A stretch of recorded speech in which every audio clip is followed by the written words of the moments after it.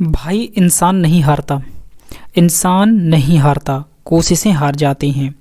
और माँ कहती है हार ज़रूरी है, हार ही इंसान की जीत के लिए नींव का काम करती है, जिस पर हमारी आने वाली जीत की पूरी इमारत खड़ी हो सके। हेलो मेरे प्यारे बच्चों, आपके अपने YouTube चैनल पीके क्लासेस 92 में आपका हार्दिक स्वागत है। दोस्तों, आज की जो हमारी वीडियो है वह है जूनियर असिस्टेंट के रीजनिंग टेस्ट पेपर 36 नंबर का एसटी। आज हम इस पर चर्चा करेंगे। आइए बढ़ते हैं अपने सेशन की तरफ। क्वेश्चन नंबर हमारा पहला है कि असंगत शब्द का चयन करें। ऑप्शन नंबर पहला है एनटीपीसी, दूसरा है सीआरपीएफ, तीसरा है भेल और चौथा है सेल। तो यहाँ पे ध्यान रखिएगा कि एनटीपीसी और भेल और सेल ये जो है तीनों ही भारत की नवरत्न कंपनियां हैं। ठीक है, ये तीनों ही भारत की क्या हैं? नवरत्न कंपनियां हैं। ठीक है, नवरत्न कंपनी है, जिसमें सीआरपीएफ यहाँ अलग हो जाएगा, क्योंकि सीआरपीएफ जो है यह भारत की एक प्रमुख केंद्रीय पुलिस बल है। ठीक है, तो यहाँ पे जो आंसर होगा वो हमारा बी नंबर आंसर हो जाएगा। आगे बढ़ते हैं। क्वेश्चन नंबर दूसरा है कि उस विकल्प का चयन करें जिसका तीसरे पद से वही संबंध है जो दूसरे पद का पहले पद से है। तो यहाँ पे जो दिया हुआ है WAITER, ठीक है, इसके लिए लिखा हुआ है यहाँ पे 24, 29 और 23। ठीक है, तो आगे आपसे पूछा जा रहा है कि JUMPER का कोड क्या होगा। तो W 23 नंबर पे होता है, A 1 नंबर पर, I 9 नंबर पर, T 20 नंबर पे, E 5 नंबर पे, R 18 नंबर पर। जब भी अंग्रेजी की वर्णमाला दिखे तो आप हमेशा उस पर अंग्रेजी के प्लेस वैल्यू, अंग्रेजी वर्णमाला के जिस नंबर पे जो लेटर होता है उसको आप जरूर लिखा करें, उससे आपके कॉन्सेप्ट क्लियर हो जाएंगे। तो 23 और 1, अगर हम इन दोनों लेटर की प्लेस वैल्यू को जोड़ दें, 23 और 1 कितना हो जाएगा? 24। देखिए यहाँ पे 24 लिखा हुआ है। इसके बाद 29 और यहाँ पे 29 लिखा है, जिसका मतलब यहाँ पे 9 और 20 को अगर हम जोड़ दें तो इनको जोड़ने पर कितना बनेगा? हमें 29 प्राप्त हो जाएगा। तो यहाँ पे देखिए 29 भी लिखा हुआ है। ठीक है, आगे 23 लिखा हुआ है। तो देखिए यहाँ पे 8, 18 और 5 को जब हम इन दोनों को जोड़ेंगे तो 18 और 5 कितना होता है? 23 हो जाता है। तो यहाँ पे 23 हो जाएगा। अब वही सेम चीज़ें हमें यहाँ अप्लाई कर देना है, दो अक्षर की प्लेस वैल्यू को जोड़ना है। तो J होता है 10 नंबर पर और U होता है 21 नंबर पर। तो जब हम दोनों को जोड़ेंगे तो यहाँ पर हमें 21 और 10 जोड़ने पर हमको मिलेगा 31। तो यहाँ पे 31 हो जाएगा। इसका 13 नंबर पर M होता है, 16 नंबर पर होता है P। तो 13 और 16 को जब हम जोड़ेंगे तो 29 हो जाएगा, जो कि यहाँ पर हमें मिल जाएगा 29 दोनों को जोड़ने पर। ठीक है, दोनों लेटर की प्लेस वैल्यू को जोड़ने पर हमको 29 मिल जाएगा। इसके बाद E 5 नंबर पर है, R 18 नंबर पर। तो 18 और 5 को दोनों को जोड़ेंगे तो 18 और 5 हो जाएगा, जो कि हमें मिल जाएगा 23। तो 31, 29 और 23 हमको प्राप्त हो जाएगा, जो कि option number A is the right answer हो जाएगा। विकल्प नंबर पहला मैच कर रहा है यहाँ पे। ठीक है, आगे बढ़ते हैं। क्वेश्चन नंबर हमारा तीसरा है कि यदि किसी निश्चित कूट भाषा में BALL को OBEYCOMALORDGULF लिखा जाता है तो उसी भाषा में KITE को कैसे लिखा जाएगा? बहुत ही बेहतरीन सवाल है। ठीक है, UPSC का। तो यहाँ पे देखिए जो B लिखा हुआ है, सबसे पहला अक्षर यहाँ पे B है, और यहाँ पर देखिए दूसरे नंबर पर B लिखा हुआ है। B कहाँ लिखा हुआ है? दूसरे नंबर पर। ठीक है, इसके बाद यहाँ पे है B के बाद A है, और A जो है यहाँ पे देखिए COMA। तो A यहाँ पर लिखा हुआ है, जो कि ये कितने नंबर पर है? चौथे नंबर पर है। इसके बाद यहाँ पे L लिखा हुआ है। ठीक है, तो L जो है यहाँ पे देखिए पहले नंबर पर है। कितने नंबर पर है? पहले नंबर पर। ठीक है, इसके बाद यहाँ पे फिर से L लिखा हुआ है, और जो कि यहाँ पे L है वो तीसरे नंबर पर है। कितने नंबर पे है? तीसरे नंबर पर। तो इन्हीं का प्रयोग करके यहाँ पे देखिए BALL जो है ऐसे कोड किया गया है। तो KITE यहाँ पे लिखा, KITE को कैसे लिखा जाएगा? तो K जो है यहाँ पे पहले नंबर पर है, तो चूंकि K होगा वो दूसरे नंबर पर होना चाहिए। तो देखिए K यहाँ पर भी दूसरे नंबर पर है, K यहाँ भी दूसरे नंबर पर है, K यहाँ भी दूसरे नंबर पर है, और K यहाँ भी दूसरे नंबर पर है। इसके बाद I की बात करते हैं। दूसरे नंबर पर I है, तो I जो होगा वो चौथे नंबर पर होगा। ठीक है, तो देखिए 1 2 3 4 चौथे नंबर पर I यहाँ भी है, 1 2 3 4 चौथे नंबर पर I यहाँ भी है, और इसके बाद यहाँ पर भी देखिए 1 2 3 4 चौथे नंबर पर I यहाँ भी है, और यहाँ पर भी चौथे नंबर पर आई है। अब इसके बाद देखिए यहाँ पे टी दिखा हुआ तीसरे नंबर पर, है ना, तो टी जो होगा तीसरा लेटर वो पहले नंबर पर होना चाहिए। तो देखिए टी यहाँ भी पहले नंबर पर है, टी यहाँ भी पहले नंबर पर है, टी यहाँ भी पहले नंबर पर है और टी यहाँ भी पहले नंबर पर है। तो तीनों में भी तो सेम ही चल रहा है। अभी आगे बात करते हैं ई, और हमें जो ई है वो देखिए लास्ट यानी कि तीसरे नंबर पर ई चाहिए। जो ई है वो तीसरे नंबर पर चाहिए, तो यहाँ तो पहले नंबर पर ई हो गया, मतलब पहला ऑप्शन कैंसिल। इसके यहाँ पे दूसरे नंबर पे तो ई है ही नहीं, दूसरे विकल्प में लास्ट लेटर में ई है ही नहीं, तो ये कैंसिल हो जाएगा। तीसरे नंबर की बात करते हैं तो ई जो लिखा हो तो है, लेकिन ये दूसरे नंबर पर है, इसलिए ये भी कैंसिल हो जाएगा। ऑप्शन बचा हमारे पास कौन सा, डी नंबर आंसर बचेगा। देखिए यहाँ पे ई जो है वो तीसरे नंबर पे यहाँ ई बना हुआ है, तो ये यहाँ पर तीसरे नंबर पे ई हो गया। इसके बाद यहाँ पे जो टी लिखा हुआ है ये देखिए पहले नंबर पर टी हो जाएगा। इसके बाद यहाँ पे आई लिखा हुआ है जो कि चौथे नंबर पर, तो देखिए आई चौथे नंबर पर मिल गया। और इसके बाद के जो है यहाँ पे लिखा हुआ है जो कि दूसरे नंबर पर चाहिए था, तो हमें दूसरे नंबर पे, तो दूसरा चौथा पहला और तीसरा नंबर है, तो यहाँ पे देखिए दूसरा चौथा पहला और तीसरा इस तरह से लेटर को सेट किया गया था। तो ऑप्शन इसका जो बनेगा विकल्प नंबर चौथा इज द राइट आंसर। आगे बढ़ते हैं, क्वेश्चन नंबर अगला हमारा है चौथा नंबर कि दिए गए समीकरण को संतुष्ट करने के लिए कौन से दो चिन्हों को आपस में बदला जाना चाहिए। तो 56 है, 56 के बाद माइनस है, उसके बाद 8 है, 8 के बाद प्लस है, प्लस के बाद 42 है, उसके बाद यहाँ पे भाग है और 6 है, गुणा करेंगे यहाँ पे 5 और बराबर यहाँ हो जाएगा 19। अब हमें इसको समीकरण को ऐसे चिन्हों को आपस में बदलना है दो को, ताकि हमें यहाँ पे बराबर 19 हमें प्राप्त हो सके। तो सबसे पहले इसमें जो सॉल्व किया जाता है वो किया जाता है बोर्ड मास के नियम के तहत। किससे किया जाएगा, बोर्ड मास के नियम के तहत। तो सबसे पहले ब्रैकेट होता है, उसके बाद ऑफ होता है, ऑफ का मतलब हिंदी में का होता है, जिसका अर्थ होता है गुणा करना है, ठीक है। इसका डिवीजन होगा भाग, उसके बाद मल्टीप्लाई, फिर एडिशन और लास्ट में सब्सट्रैक्शन होता है, घटाना सबसे आखिरी में होता है। तो यहाँ मेरे पास सिर्फ 4 ही सिंबल है, डिवाइड, मल्टीप्लाई, एडिशन और सब्सट्रैक्शन। तो हमें सबसे पहले भाग को चेक करेंगे, सिंबल को हम चेक करेंगे। तो सबसे पहले भाग आता है, तो भाग हम चेक करेंगे। तो भाग हमारे पास देखिए दो विकल्प में दिया हुआ है, एक तो पहला और चौथा। तो भाग और प्लस को अगर हम बदल दें तो ध्यान रखिएगा यहाँ पे कि अगर हम भाग और प्लस को बदलते हैं तो देखिए प्लस की जगह पर भाग आएगा, तो 8 और 42 पूरी तरह से कटेगा ही नहीं, और जब पूरी तरह नहीं कटेगा तो बराबर 19 कभी नहीं आ सकता। तो पहला विकल्प हमारा यही कैंसिल हो जाता है, हम इसको छोड़ देंगे, पहले ऑप्शन को कैंसिल कर देंगे। अब चौथे की बात करते हैं। चौथे में दिया हुआ है कि भाग और माइनस को अगर बदल दें, तो देखिए भाग और माइनस को अगर हम बदल दें तो देखिए भाग के माइनस की जगह पर भाग हो जाएगा और भाग की जगह पर माइनस हो जाएगा। इसको बदलने से हमें ये प्राप्त हो जाएगा। तो अब 56 8 को जो है पूरी तरह से काट देगा। तो 8 सते कितना हो जाएगा 56, और यहाँ पे प्लस हो जाएगा 42 और माइनस यहाँ पे 6 बचे 30 हो जाएगा, और बराबर हो जाता है कितना 19।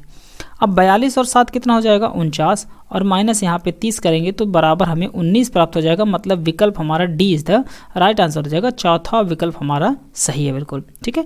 आगे बढ़ते हैं, क्वेश्चन नंबर अगला हमारा है कि 4 संख्या युग्म दिए गए हैं जिनमें से 3 किसी तरह से संगत हैं, एक असंगत है, असंगत संख्या युग्म का चयन करें।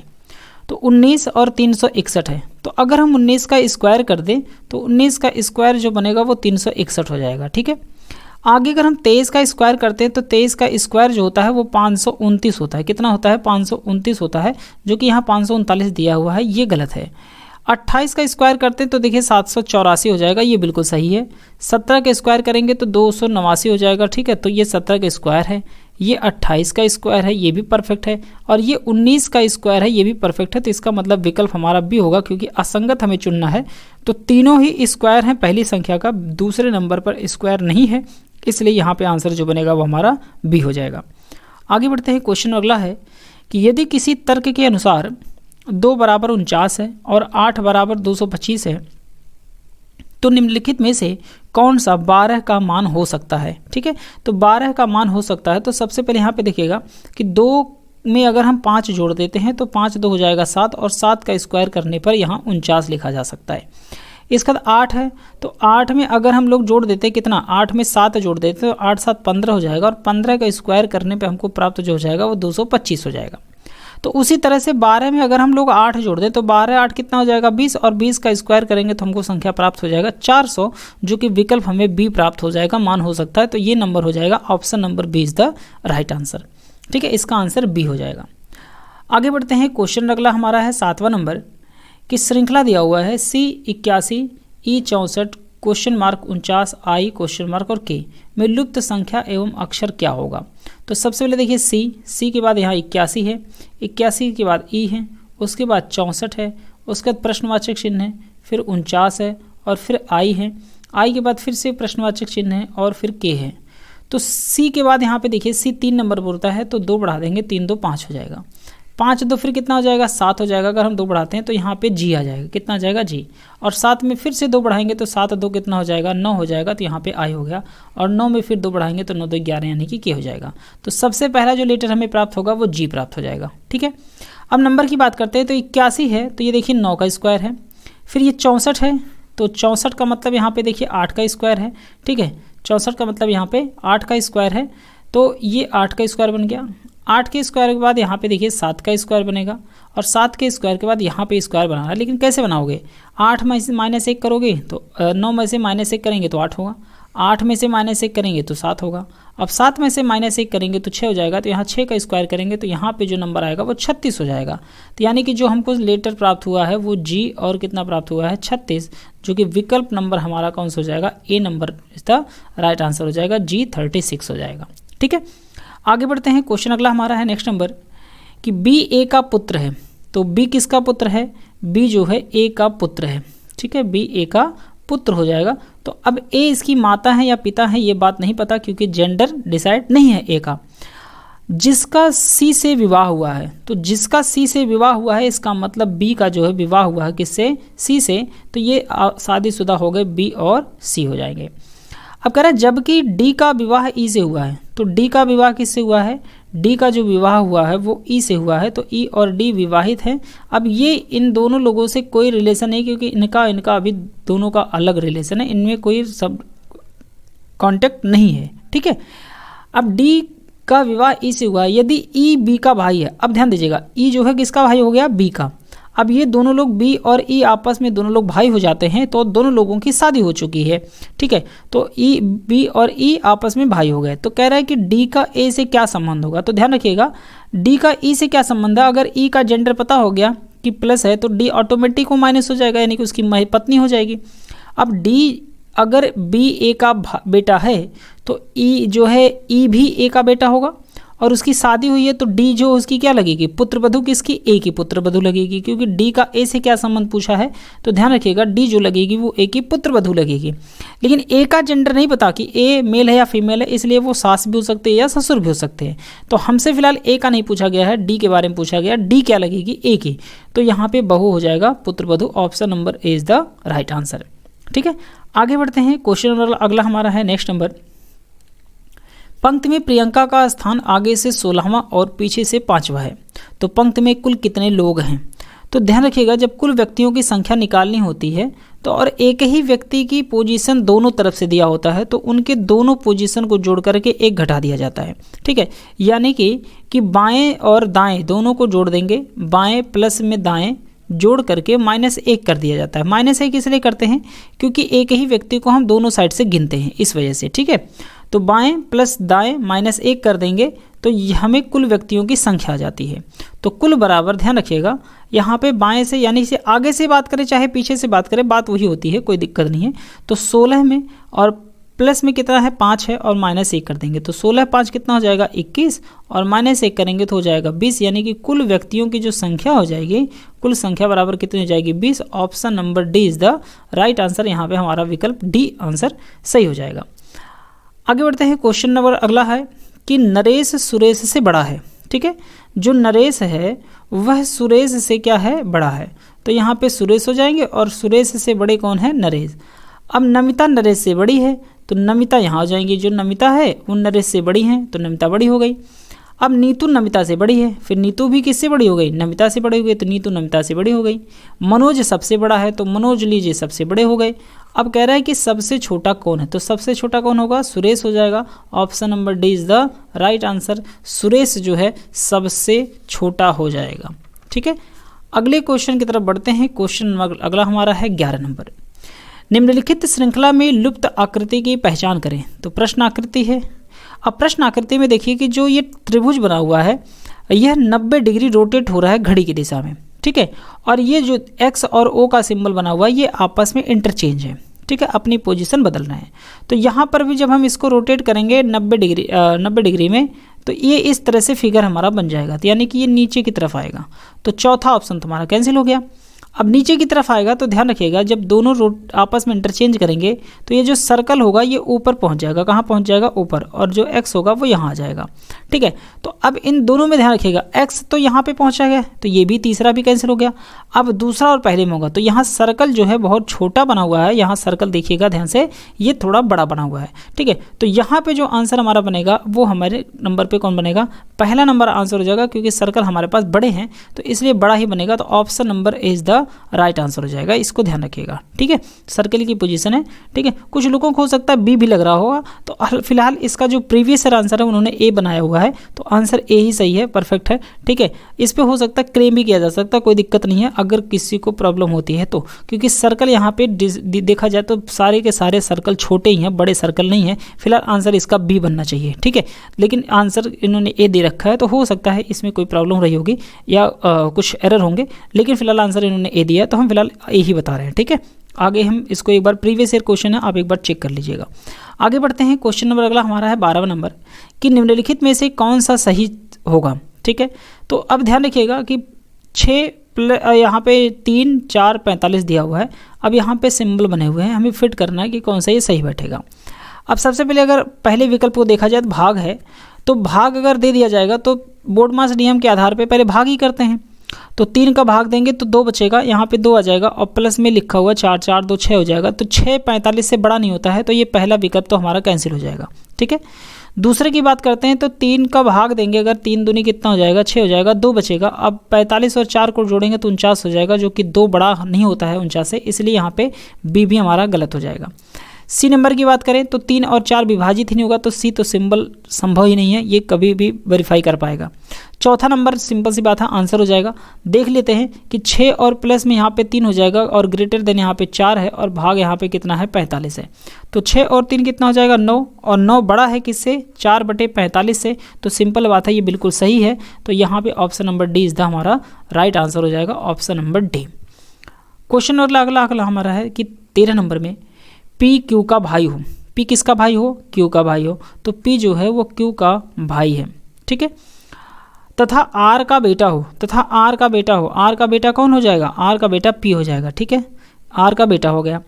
वी टी की बहन है, जो वी है वह टी की बहन है, तो वी जो हो जाएगी वो टी की बहन हो जाती है, तो यहाँ पे बना दिया। अब इनका अभी कोई रिलेशन नहीं है। कह रहा है जो क्यू की पुत्री है, जो क्यू की पुत्री है मतलब वो टी के बारे में बात कर रहा है, तो टी भी किसकी पुत्री हो गई? क्यू की। अगर टी क्यू की पुत्री है तो वी भी जो है क्या होगी? क्यू की पुत्री होगी, क्योंकि ये दोनों लोग टी और वी बहन है आपस में। ठीक है, यदि आर एस का पति हो, आर किसका पति हो? आर जो पति है वो किसका है? एस का पति है, तो ये दोनों लोग हस्बैंड वाइफ हो गए, पति पत्नी हो गए। ठीक है, तो निम्नलिखित में से कौन सा कथन सत्य होगा? तो वी जो है एस की पौत्री है, तो वी यहाँ है एस की पौत्री है, तो बिल्कुल सही होगा, ये पहला ही हमारा आंसर हो जाएगा। बाकी के चेक करने की आवश्यकता नहीं है। चेक करना है तो चेक कर सकते हैं। आर क्यू के दादाजी हैं, आर क्यू के दादाजी नहीं है क्योंकि उनके पिताजी हो जाएंगे, ये बात ध्यान रखिएगा। ऑप्शन यहाँ पे बी कैंसिल हो जाएगा, ऑप्शन बी नहीं होगा। ठीक है, अगला नंबर है 3रे नंबर पे, कह रहा है एस टी की माँ है। एस जो है टी की माँ नहीं है, एस टी की दादी हो सकती हैं, नानी हो सकती हैं।